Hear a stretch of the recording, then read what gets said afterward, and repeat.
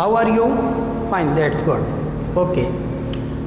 अब आप देखिए स्टूडेंट्स, आज मैं आपको एक नया चैप्टर जो कि 15 है, लास्ट है, लेकिन हम आपको इसको स्टडी अभी हमने ज्वाइन इसलिए करा लिया कि छोटा है और आपके अकॉर्डिंग टू सिलेबस भी ज़रूरी है। इसके बाद हमारे कुछ चैप्टर्स बचेंगे, हम उनको भी कंप्लीट कराएंगे।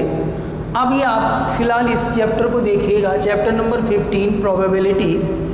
ये प्रोबेबिलिटी आपने 8th 9th में में भी पढ़ी है और 10th में भी पढ़ी है, 11th 12th में भी पढ़ोगे, 11th में भी पढ़ोगे, लेकिन आपको इसका फॉर्मेट बदलता चला जाएगा। अभी मैं आपको ये मान के चलता हूँ कि आपको कुछ थोड़ी बहुत नॉलेज पिछली है और आपको यहाँ पे क्या पढ़ना है वो ध्यान से आपको समझने वाली बात है। पहली इम्पॉर्टेंट बात क्या है कि प्रोबेबिलिटी वो चीज़ है जैसे कि किसी भी इवेंट्स की, कोई घटना की होने की प्रोबेबिलिटी, ना होने की प्रोबेबिलिटी, जो भी है उन दोनों का अगर हम सम कर दें तो 1 आएगा। प्रोबेबिलिटी में क्या होता है कि हमारे जो आउटकम्स हैं वो 1 से ज़्यादा 2, 3, 4, 5, 6 टोटल आउटकम्स हमारे जो है उनकी कोई लिमिट नहीं। 500 भी हो सकता, 200 भी हो सकता, 600 भी हो सकता है। और हमें फेवरेबल आउटकम, दो चीज़ें अगर हमें पता हैं तो हम फाइंड आउट कर सकते हैं प्रोबेबिलिटी। अब प्रोबेबिलिटी में इसमें क्या है कि अभी तक आपने स्टूडेंट देखा होगा कि PE is equal to favourable outcomes upon total outcomes. अब आपको ये एक फॉर्मूला पहले से है कि PE is equal to favourable outcomes आपका जो बनता है वो हम बता रहे हैं। हमने अभी तक एक ही फॉर्मूला पढ़ा है कि PE is equal to favourable outcomes upon total outcomes. अब आप इसमें ये बात देखिए कि फेवरेबल आउटकम्स क्या हैं, टोटल आउटकम्स क्या हैं। इन सब चीज़ों को हमें फाइंड आउट करने के लिए मुझे एक चीज़ देखनी होगी जिनके बारे में हमने कुछ पहले भी पढ़ा है और अब हम और इसको एक्सपेंडेड फॉर्म में पढ़ेंगे। इसमें देखो आप 3-4 चीज़ें हम आपको क्लियर बता देते हैं कि कुछ इवेंट्स तो हमारी ऐसी होती हैं जो पॉसिबल ही नहीं है, इम्पॉसिबल इवेंट। अब उनकी प्रोबेबिलिटी कैसे पता की जाए? उनकी प्रोबेबिलिटी ऑलवेज 0 होती है। इम्पॉसिबल केस की प्रोबेबिलिटी ऑलवेज क्या होती है? 0 होती है। सपोज दैट फॉर एग्जांपल तुम सोचोगे ऐसा कोई इवेंट है ही नहीं जो हो ही नहीं सकता। ऐसे इवेंट जैसे कि आपने किसी की भी आप एज को ये कह दें कि -20 ईयर्स है, इम्पॉसिबल हो गया, ये इवेंट कभी हो ही नहीं सकती, तो आपको ये कहा जाएगा कि ये मतलब आपकी प्रोबेबिलिटी इसकी क्या बनेगी? 0। इम्पॉसिबल इवेंट की प्रोबेबिलिटी ऑलवेज 0 होती है। इसका मैंने एक आपको एग्जांपल भी बता दिया। अच्छा, दूसरा एक प्रोबेबिलिटी ऐसी होती है जो 100% सिक्योर है और वो प्रोबेबिलिटी वही होगी जैसे the sun is rises in the east. आपने ये बोल दिया कि सूर्य पूर्व से उगता है, इसमें कोई डाउट नहीं है, कहीं कोई कन्फ्यूजन नहीं है।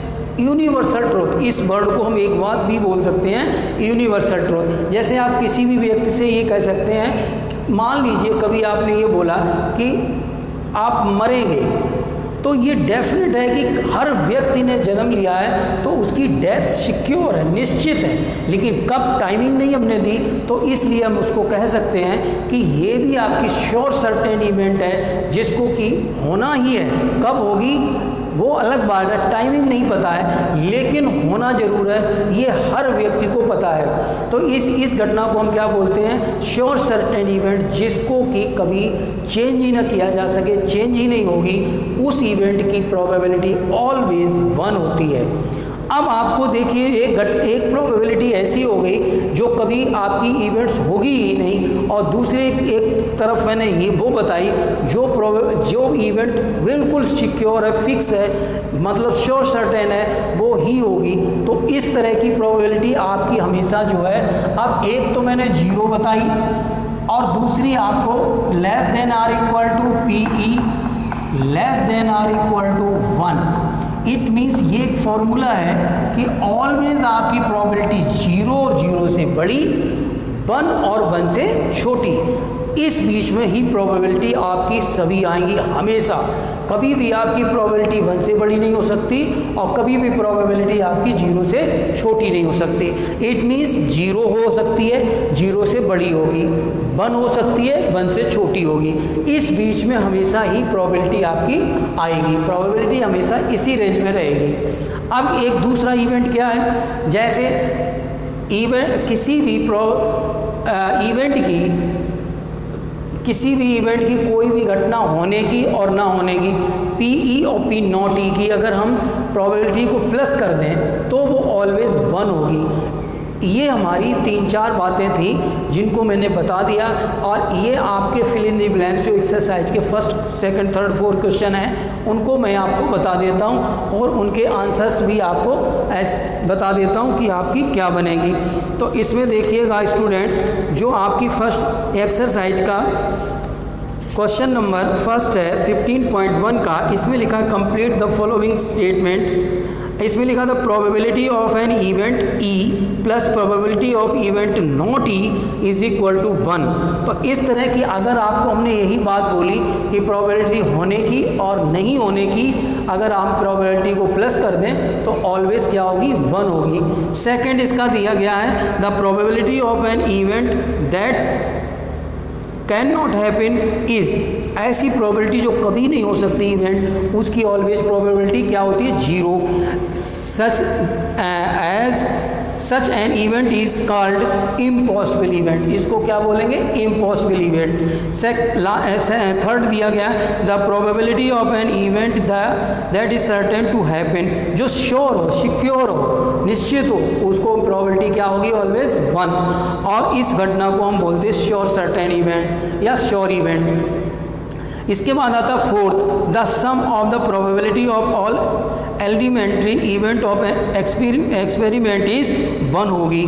फिफ्थ है the probability of an event is greater than or equal to 0 and less than or equal to 1। ये हमने आपको यहीं पे लिख के बता दिया कि 0 और 0 से बड़ी, 1 और 1 से छोटी।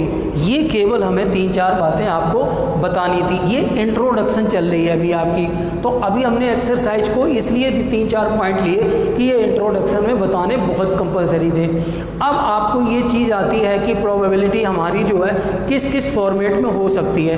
अभी हम पूरा चैप्टर को ब्रीफ कर रहे हैं, तो इसमें क्या है कि हमारा प्रोबेबिलिटी हमारी अपॉन में हो सकती है, पॉइंट में हो सकती है, परसेंटेज में हो सकती है, लेकिन प्रोबेबिलिटी नेवर नेगेटिव होगी।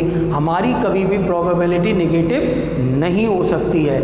इस तरह से हम ये पता लगा सकते हैं। और नॉट ग्रेटर देन 1 होगी, कभी भी नेगेटिव नहीं हो सकती है और कभी भी 1 से बड़ी नहीं हो सकती। परसेंटेज में भी पॉसिबल प्रोबेबिलिटी हो जाए, आपकी डेसिमल में भी हो सकती है, फ्रैक्शनल पार्ट में भी हो सकती है। एक और हम आपको बता दें एक इम्पॉर्टेंट पहचान कि probability always in proper fraction, proper fraction में ही प्रोबेबिलिटी होगी। प्रॉपर फ्रैक्शन मीन्स जिसका denominator always greater than numerator होता है, न्यूमरेटर होगा।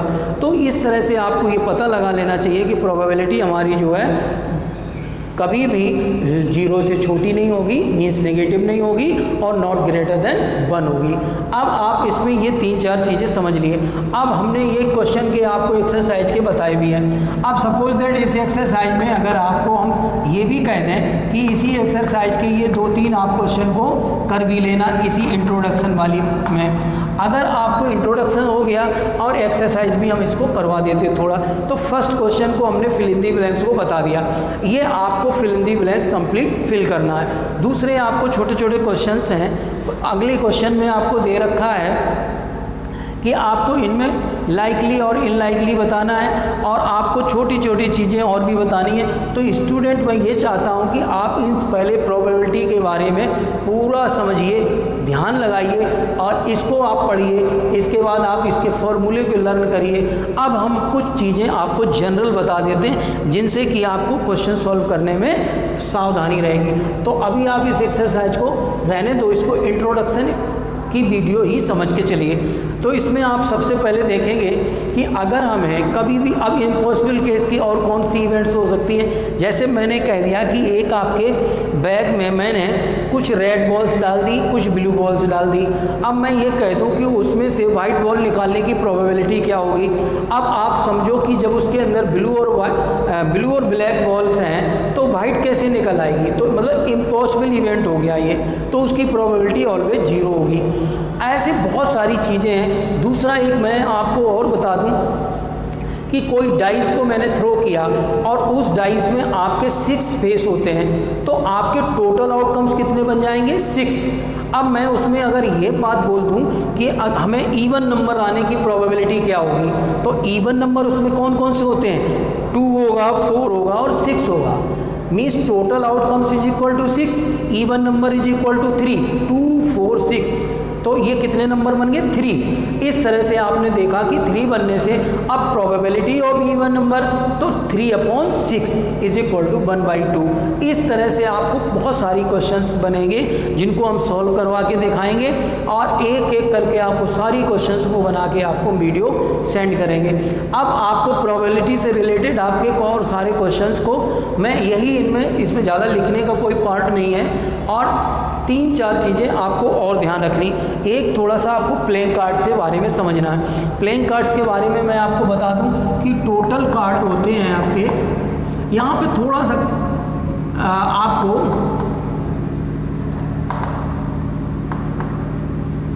प्लेइंग कार्ड्स होते हैं 52। इनको आप 4 पार्ट्स में डिवाइड कर देंगे। इसमें होते हैं 4 पार्ट्स में, जैसे क्लब, हार्ट,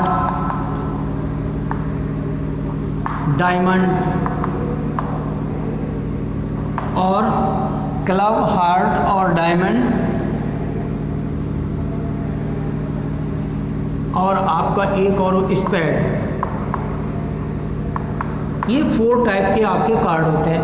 अब इसमें सभी में 13 आपके कार्ड सभी में होते हैं। हर टाइप के आपके कार्ड कितने होंगे, 13। ये टोटल कार्ड हो गए आपके 52। अब आप इसमें एक सबसे इम्पोर्टेंट बात क्या देखोगे कि अब इसमें 1 से लेके 10 तक तो नंबरिंग होती है। ये क्या होंगे, नंबरिंग।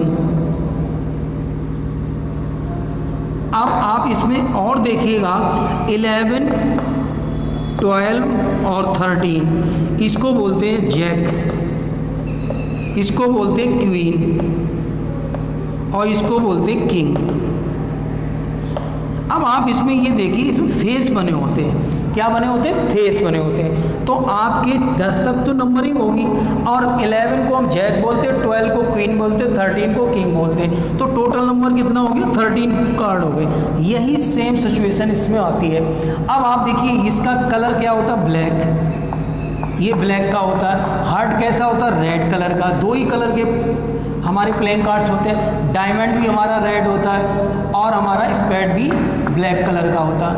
ये हमारे कलर है। अब ये सभी 2 हमारे हार्ट और डायमंड हमारा रेड कलर के होंगे, क्लब और स्पेड हमारा ब्लैक कलर का होता है। लेकिन पत्तों की जो क्वालिटी है, शेप्स और नंबरिंग है, वो सबकी सेम होती है। जैसे 1 से लेके 10 तक तो नंबर पड़े होंगे, और इस जैक मतलब इसमें गुलाम, जिसको हम हिंदी में गुलाम भी बोलते हैं घर, और दूसरे को हम क्वीन, तीसरे को हम किंग बोलते हैं, 13 को हम किंग बोलते हैं। तो ये हमारे फेस कार्ड हैं। ये क्या हो गए, हमारे फेस कार्ड, इसको हम फेस कार्ड बोलते हैं। अब फेस कार्ड हमारे टोटल कितने होते हैं, 3 इसके, 3 इसके, 3 इसके, 3 इसके, तो 12 हो गए टोटल। तो फेस कार्ड कितना हो गया, टोटल फेस कार्ड हमारे कितने हो गए, 12। तो यही 3-4 चीज़ें हमें याद रखनी है, और हम इस तरह से अपने आप को क्वेश्चंस को फाइंड आउट कर लेंगे, क्योंकि इसमें यही एक थोड़ा सा समझने का है। और डाइस हमें पता है 6 फेस होते हैं, तो 1 2 3 4 5 6 तक नंबर होते हैं। हमारा कॉइन्स में 2 फेस बनेंगे, एक हेड और टेल बनेगा। और हमारे जो कोई बॉल वगैरह होगी हमारे बैग में, तो हम उनको काउंटेबल होती हैं, तो उनसे हम ऑटोमेटिक हम काउंट करके फाइंड आउट कर लेंगे। इस तरह से ये आपकी इंट्रोडक्शन वीडियो में मैंने सारे चैप्टर को ब्रीफ कर दिया। अब आप स्टूडेंट हम एक्सरसाइज को कराएंगे, तब आप समझेंगे कि हम एक्सरसाइज, लेकिन फर्स्ट क्वेश्चन एक्सरसाइज का आप जरूर कर लें, क्योंकि मैंने इसकी फिल इन द ब्लैंक्स को आपको बता दिया। Okay, thank you students.